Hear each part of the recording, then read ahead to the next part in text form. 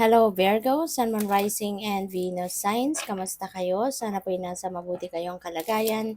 Welcome back po sa Star Tarot. At kung bago kayo rito, welcome din po kayo. Please subscribe, like, share my videos, and leave me a comment kung naka-resonate po kayo. Thank you. So, first card ni Virgo, we have memories. Ayan. So, baka reminiscing ang iba sa inyo sa ngayon, Virgo. Maaring inaaalala ninyo or inaalala ninyo yung mga nakaraan, no, na mga experiences ninyo kasama yung mga mahal ninyo sa buhay. Pupuwedeng nare-recall ninyo ngayon yung masasayang araw, masasayang events ninyo sa buhay na kasama yung mga mahal ninyo sa buhay, lalo-lalo na yung mga loved ones ninyo na nag-passed on na on the other side. So we have end of an era. Ayan. So there is ending happening. And depende ito sa inyong sitwasyon. This is a collective reading. Kaya merong mga messages dito na magra-resonate, pwedeng hindi. Okay, so just take as it resonates. And po pwede, no, na iba-iba to. Depende kasi sa ating sitwasyon. Maybe ang iba sa inyo, this is the end of a relationship. Maaari din ang iba sa inyo, this is the end of your job, 'di ba? Baka kasi may panibago ng papasukan, baka mag-iiba na kayo ng career path, puwedeng gano'n din. Or pupuwede rin na this is the end of a friendship, 'di ba? Or baka ang iba sa inyo aalis na sa tinitirahan ninyo, baka kayo ay magre-relocate, puwedeng gano'n. So, depende sa inyong sitwasyon, but something is coming to an end, okay? So, we have realizations and epiphanies.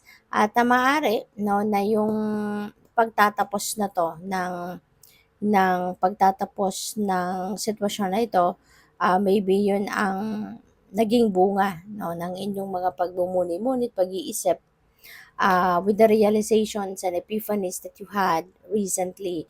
Maaring ito yung naging resulta 'no, na putulin na ang connection mo with something or with someone 'no. So, good luck sa'yo. So, by the way, maraming salamat for subscribing, and if you haven't subscribed yet, subscribe na kayo. And also maraming salamat din for not skipping the ads. Malaking bagay yan sa akin.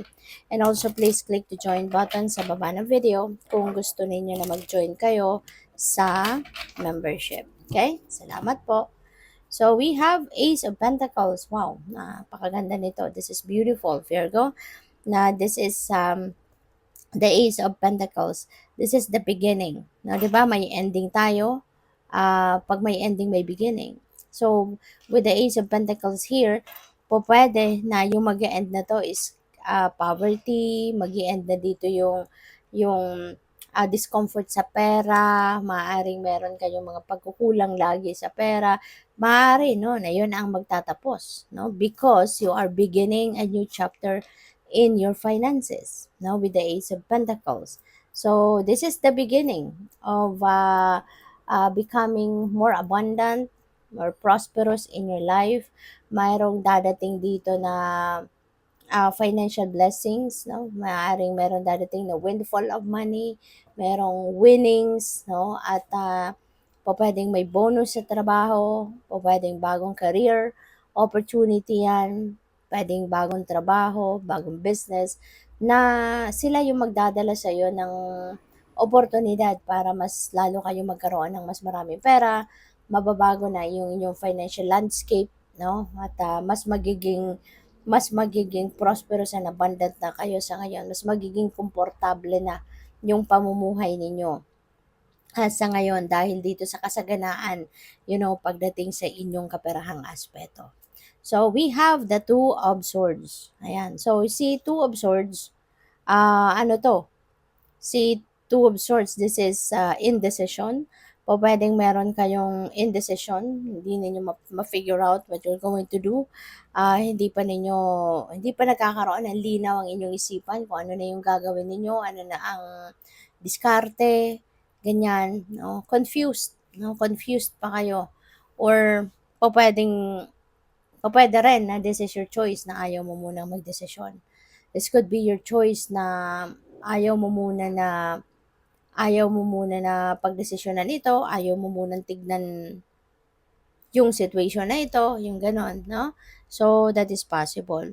And maaari kasi din, no, na baka tinignan ninyo, kunyari yung decision making na to is related to opportunities. So, pwede, no, na tinitignan ninyo at naisip ninyo siguro na, oh my God, 'di ba? I want all of this. Pwedeng gusto ninyo lahat ng 'yan, pero it's not possible kasi kailangan, 'di ba, na mamili ka. Kailangan na meron kang choice, 'di ba, na gagawin. Hindi po pwedeng lahat kukunin. Kaya medyo siguro naguguluhan pa kayo. Medyo ano pa kayo, conflicted pa kayo because of that, no? So, what else? We have the Empress, no? Virgo. Claim mo ng lahat ito. Ace of Pentacles, may Empress ka. These are new beginnings in terms of money. Okay? So, si Empress, this is a um, abundance and prosperity energy din. Kaya most likely, Virgo, around this time, meron at meron dadating na biyaya pang kaperahan sa inyo.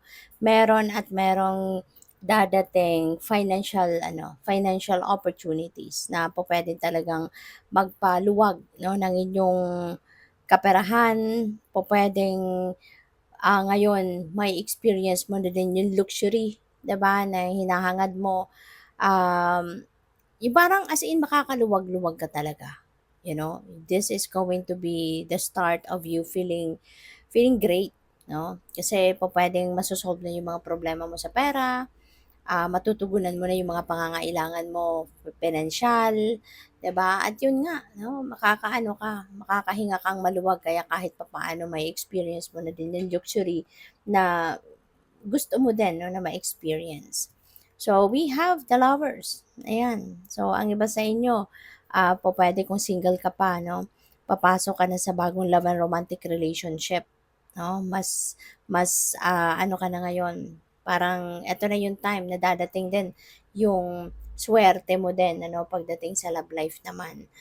Kung dati ka naman na nasa romantic relationship, maaring this is the time wherein you will be experiencing more harmony, more love, no, between the two of you, at saka more passion, 'di ba? Mas maganda ang samahan, mas closer ang ano ninyo, ang relationship at may experience mo na healthy, no? Nagiging healthy ang inyong relasyon. Mas maganda yung samahan, yung pag-uusap, yung passion nandiyan diyan, yung fire, no? In your relationship is there. Kaya napakaganda. So, good luck. Thank you for watching. Love and light. Namaste.